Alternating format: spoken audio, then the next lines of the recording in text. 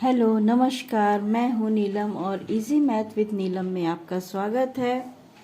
और आज हम कुछ सवाल लेकर आए हैं क्लास 7th के बच्चों के लिए, जो कि अभ्यास 1B से है। एक सवाल हमने अपने लास्ट वीडियो में बताया है, आप उसको देख सकते हैं। अब चलिए हम चलते हैं अभ्यास 1B में। तो पहला क्वेश्चन है, निम्नलिखित परिमेय संख्याओं के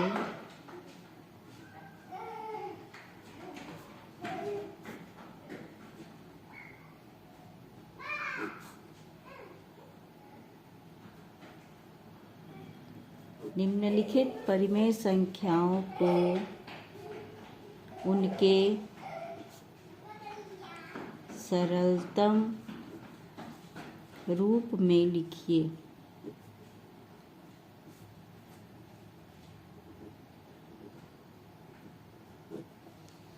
कुछ प्रश्न दिए गए हैं, उनको हमें सरलतम रूप में लिखना है। तो हमारा पहला क्वेश्चन है ऋण 8/10, दूसरा है 15/20 और तीसरा है 25/45। इसके साथ ही चौथा प्रश्न भी है, जो कि है ऋण 14/77। ऋण 14/77। ठीक है। तो जैसा कि हमने आपको पहले भी बताया है कि सरलतम रूप बनाने के लिए हमें संख्याओं का मौसा निकालना पड़ता है। अगर हम मौसा निकाल लेते हैं तो हमें इसको संख्याओं को काटने में ज़्यादा आसानी पड़ती है। ठीक है। तो चलिए हम एक रफ कागज़ लेते हैं और रफ कागज़ पे हम इनका मौसा निकालते हैं। नहीं तो चलिए हम इसी में करते हैं। ठीक है, कोई बात नहीं। तो 8 और 10 का मौसा हम निकालते हैं भाग विधि से। तो इसके लिए हमें भाग देना पड़ता है। 8 एकम 8, यहाँ बचा 2, सॉरी ये 8 है, 2 चौक 8। ये संख्याएं कट गई। इसका मतलब कि 8 और 10 का मौसा कितना आ गया? 2 आ गया। ठीक है, 8 और 10 का मौसा 2 आ गया। तो हम चलिए अपने प्रश्न पर आते हैं। ऋण 8/10 का सरलतम रूप क्या होगा? तो हम जो मौसा हमारा आया है, हम इसी संख्या से 8 को भी काटेंगे और 10 को भी काटेंगे, भाग दे देंगे। तो 2 से हमने 8 को काटा तो ये 4 बार आया, और ये 10 को काटा तो ये 5 बार आया। तो हमारा आंसर क्या हो गया? सबसे सरलतम रूप ऋण 4/5। ठीक है। इसी तरह से हम 15 और 20 का मौसा लेते हैं। तो छोटी संख्या से हम बड़ी संख्या को पहले भाग देंगे। 15 एकम 15, यहाँ आया 5। फिर 5 से हम 15 को भाग देंगे तो 5 तियां 15। तो हमारा मौसा कितना आ गया? 8 आ गया। ठीक है। 15 और 20 का मौसा 5 आ गया। हमारे पास संख्या क्या है? 15/20। तो हम ये किससे काट देंगे? 5 से काट देंगे। तो 5 तियां 15, 5 चौक 20। सरलतम रूप हो गया 3/4। ठीक है। इसी तरह से 20 और 45 का हमें निकालना है, सॉरी 25 और 45 का मौसा निकालना है। तो चलिए हम भाग दें 25 से 45 को। तो ये जाएगा एक बार, फिर ये आया 20 से हमने 25 को भाग दिया, फिर ये एक बार जाएगा 5 बचा। 5 से 20 को भाग देंगे तो ये 4 बार कटा। तो हमारा मौसा कितना आ गया? 5 आ गया। 25 और 45 का मौसा आ गया 5। मौसा बराबर 5। अब हमारी संख्या क्या है? 25/45। तो हम इसको किससे काटेंगे? 5 से काटेंगे। 5 बचे 25, 5 9 45। तो सरलतम रूप आ गया 5/9। इसी तरह 14 और 77 का मौसा हम लेंगे। तो 14 से हम भाग देंगे 77 को। 14 चौक 56, 14 पचे 70, 5 बार ये जाएगा, ये बच्चा 7, 14, 7 दूना 14, 2 बार में ये कट गया तो मौसा कितना आया, 7 आ गया। यहाँ पे मौसा आ गया 7। ठीक है, अब जब मौसा 7 आ गया तो हम ऋण 14/77 को किससे काटेंगे, 7 से काटेंगे। तो 7 दूना 14, ये आया 11, ऋण 2/11। ये हमारा इसका आंसर, ये आंसर है, ये आंसर, और ये ऋण 2/11 ये आंसर है। ठीक है, अब चलिए हम नेक्स्ट क्वेश्चन नंबर 2 पे आते हैं। क्वेश्चन नंबर 2 है हमारा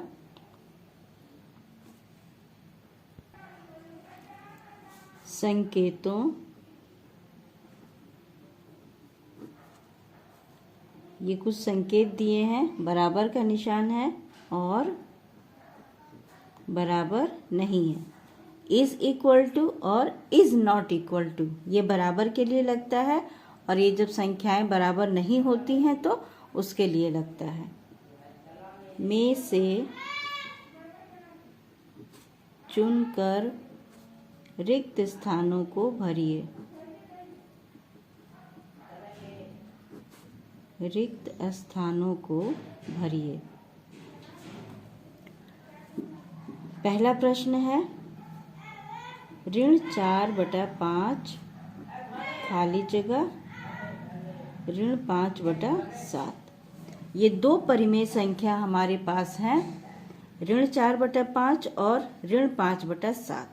अब हमें इसमें ये निशान होगा कि ये निशान होगा, यानी ये दोनों परिमेय संख्या आपस में बराबर अगर हैं तो हम इस निशान को लगाएंगे, और अगर बराबर नहीं है तो हम इस निशान को लगाएंगे। तो इसके लिए सबसे पहले हमें ये देखना होगा कि ऋण 5/4 और ऋण 4/5 और ऋण 5/7 आपस में बराबर है कि नहीं। तो बराबर है कि नहीं, बराबर देखने के लिए, जोड़ने के लिए, घटाने के लिए हमें हर को बराबर करना पड़ता है।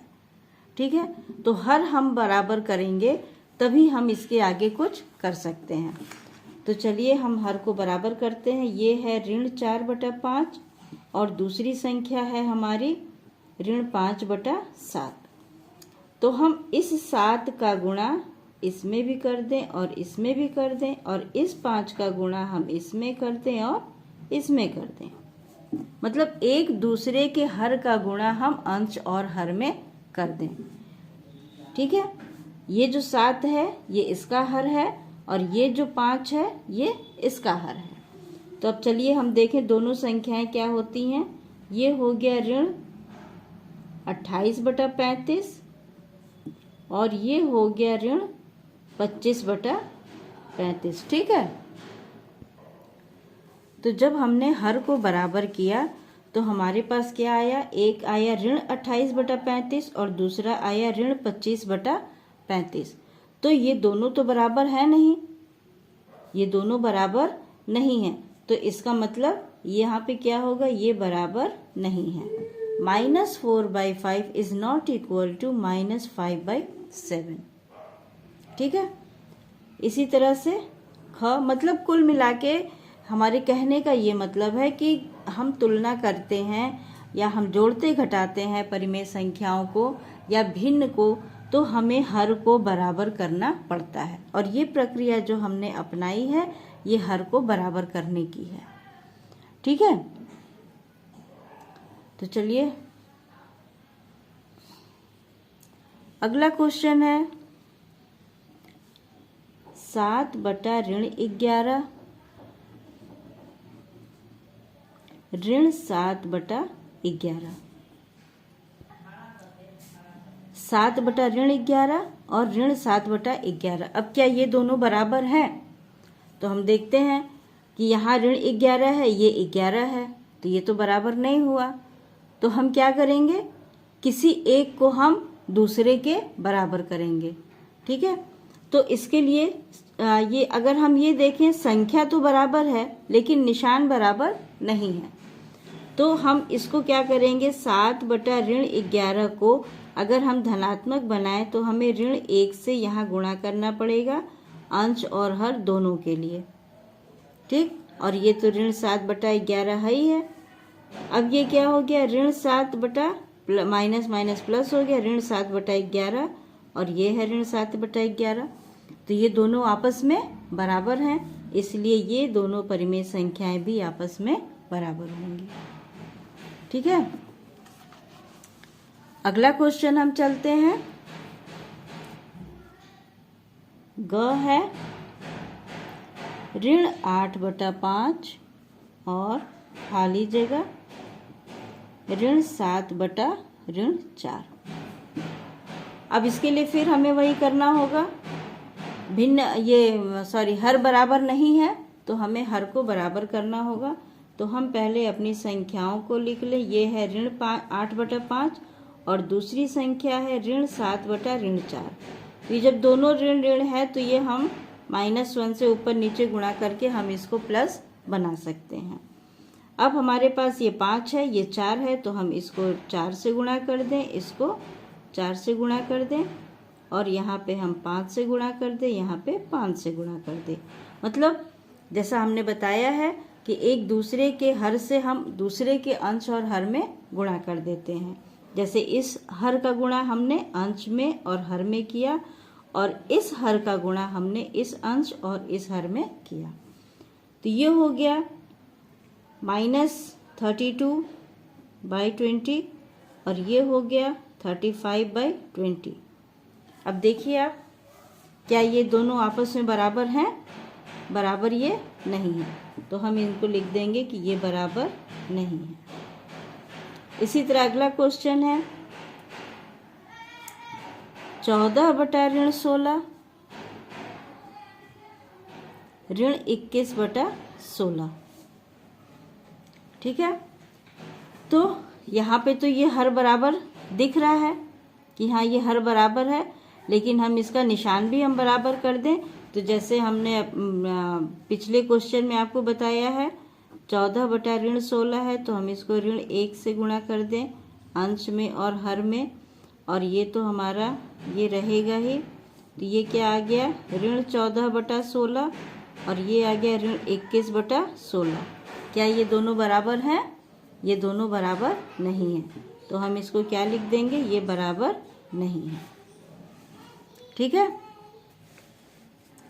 चलिए इसके आगे का क्वेश्चन हम करते हैं।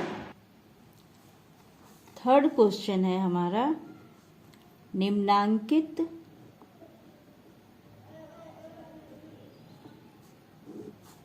परिमेय संख्याओं के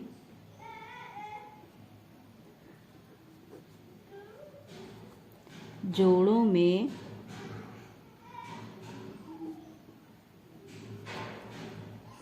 कौन सी संख्या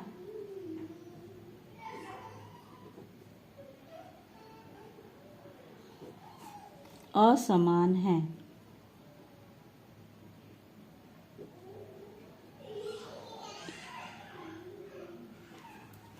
निम्नांकित परिमेय संख्याओं के जोड़ों में कौन सी संख्या असमान है? तो हमारे पास सबसे पहले क्वेश्चन क है, ऋण 9/12 और 8/12। ये है ऋण 9/12 और ये है 8/12। तो ये दोनों बराबर तो दिख नहीं रही हैं, ये बिल्कुल भी बराबर नहीं है। तो ये क्या है, ये असमान है। ये क्या है, असमान। यहाँ पे ऋण 9 है, यहाँ पे 8 है, और ये तो ये बराबर नहीं है। ख के लिए हम देखते हैं दूसरे क्वेश्चन के लिए, ऋण 15/45 और 16/48। तो चलिए पहले हम इसको हम इक्वल करते हैं, पहले हम बराबर करते हैं। तो ये है ऋण 15/45, इसको अगर हम सरल करते हैं, ठीक है, तो ये 15 से कट जाएगा, 15 एकम 15, 15 तियाँ 45, इसका मान आया -1/3। और दूसरे संख्या हमारे पास है ऋण 16/48, तो 16 एकम 16, 16 तियाँ 48, ये आ गया 1/3। अब 1/3 को हम -1 से मल्टीप्लाई कर दें अंश में और हर में, तो ये आ गया -1/3।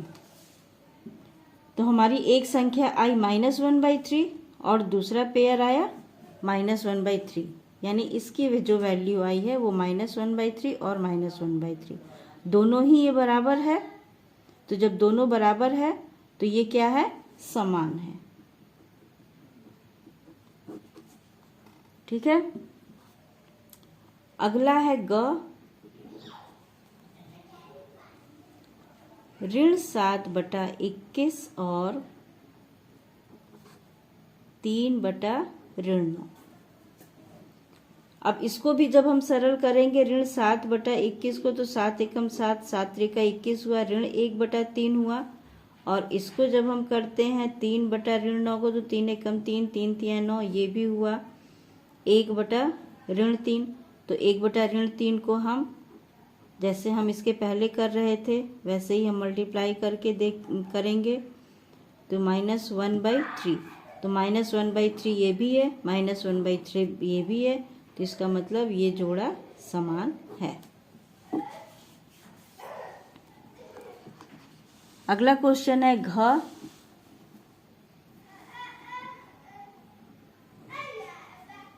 ऋण 8/14 और 13/21।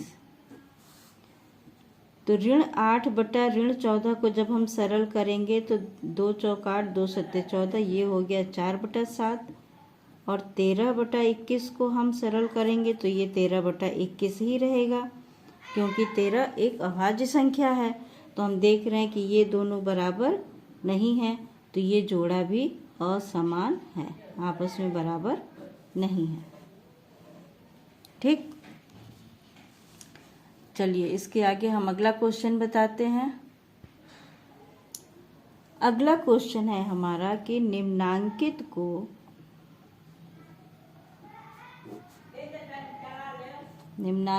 को संख्या रेखा पर निरूपित कीजिए। संख्या रेखा पर निरूपित कीजिए। संख्या रेखा हम क्लास 6 में ही पढ़ चुके हैं कि संख्या रेखा पर हम संख्याओं को कैसे दिखाते हैं। तो अगर आप भूल गए हो तो मैं फिर से एक बार आपको बता देती हूँ कि संख्या रेखा पर हमें संख्याओं को कैसे दिखाना होता है। मान लीजिए हमें संख्या रेखा पर +3 को दिखाना है, +3 को दिखाना है। तो हमें पता है कि संख्या रेखा में हम जब दाहिने तरफ जाते हैं तो धनात्मक होता है और बाएं तरफ जाते हैं तो ऋणात्मक होता है। इसको हम यहाँ एक रेखा बना ले रहे हैं, बीच में एकदम 0 रहेगा और हम बराबर डिस्टेंस पे निशान लगा लेंगे, ये हम 0 कर दे रहे हैं। और एक चीज़ हम और बता दें कि 0 न तो पॉजिटिव होती है और न ही नेगेटिव होती है, ठीक है, न ही धनात्मक होती है और न ही ऋणात्मक होती है। तो अब हम इसका नाम लिख दें। ये देखिए 0 के दाहिने तरफ है तो यहाँ पे धनात्मक पूर्णांक होंगे, पॉजिटिव इंटीजर जिसको बोलते हैं, और यहाँ पर ऋणात्मक पूर्णांक होंगे जिसको हम नेगेटिव इंटीजर्स बोलते हैं। तो धनात्मक पूर्णांक का मतलब इधर क्या है, +1, +2, +3, +4, +5, +6, +7। दाहिने तरफ प्लस रहता है और बाएं तरफ -1, -2, -3, -4, -5, -6, -7, और ये सब क्या है, प्लस है, ये सब प्लस है। ठीक है, तो हमें क्या दिखाना है, +3 दिखाना है।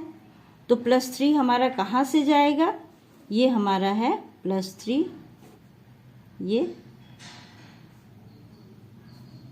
है हमारा +3। हमने क्या दिखाया है, ये +3 दिखाया है। संख्या रेखा पर ये क्या है, +3 है। ठीक है, अब इसी पे हम आपको -4 करके दिखाते हैं। तो -4 हमारा कहाँ है, इधर है। तो -4 के लिए चलिए हम इधर चलते हैं। ये हो गया -4।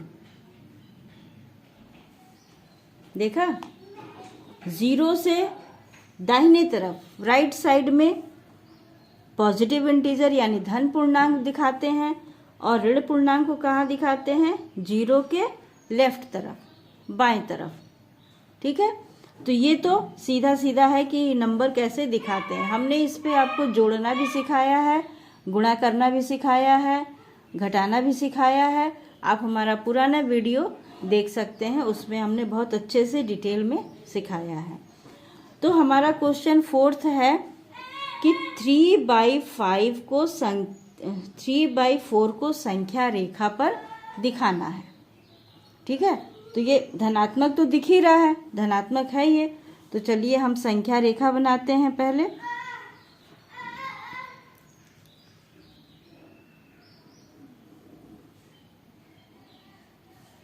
यहाँ मान लीजिए ये 0 है, ये 0 है।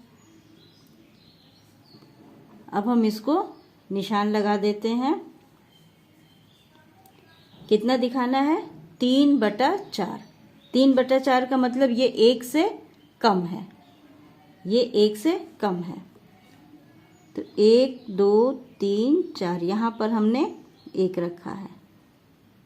इसको हम किस तरह से डिवाइड करते हैं, जितना ये हर पे होता है, हर हमारा 4 है, तो 0 से 1 के बीच में 4 बराबर संख्याओं को हम रखेंगे, 4 बराबर निशान लगाएंगे।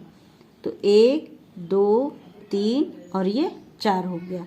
इसके आगे हम और निशान लगा के छोड़ सकते हैं।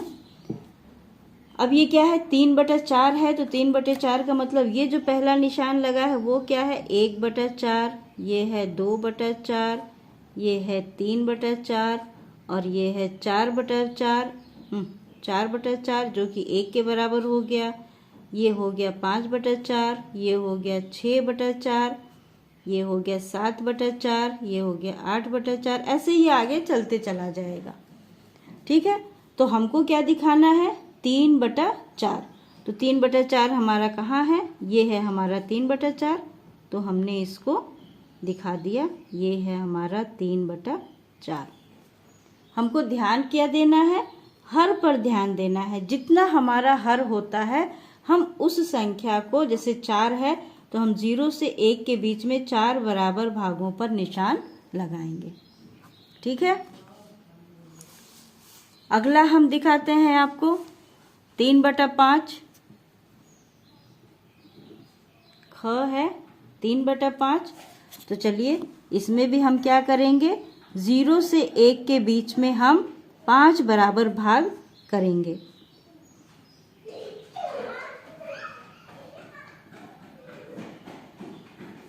ये 0 है, यहाँ हमने निशान लगा दिया, 1 2 3 4 5। यहाँ पे क्या हो गया, 1 हो गया। और ये क्या है, 0।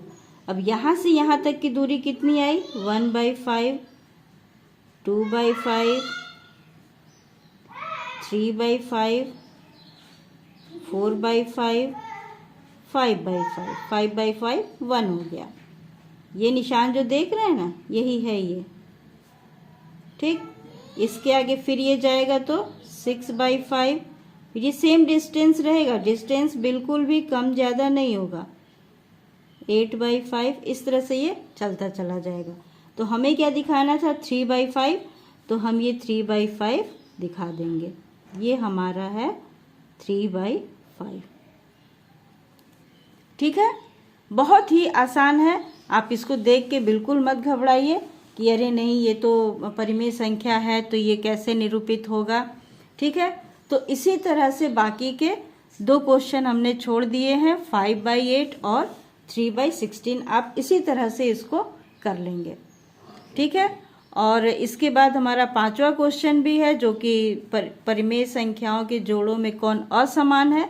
तो ये हमारे तीसरे क्वेश्चन के जैसे हो जाएगा। तो प्लीज़ आप इसको कर लीजिएगा। तो हमारा वीडियो आपको कैसा लगा, आप प्लीज़ लाइक कीजिए, शेयर कीजिए, और अभी तक आपने मेरे चैनल को सब्सक्राइब नहीं किया है तो प्लीज़ उसे सब्सक्राइब कीजिए। Okay, thank you.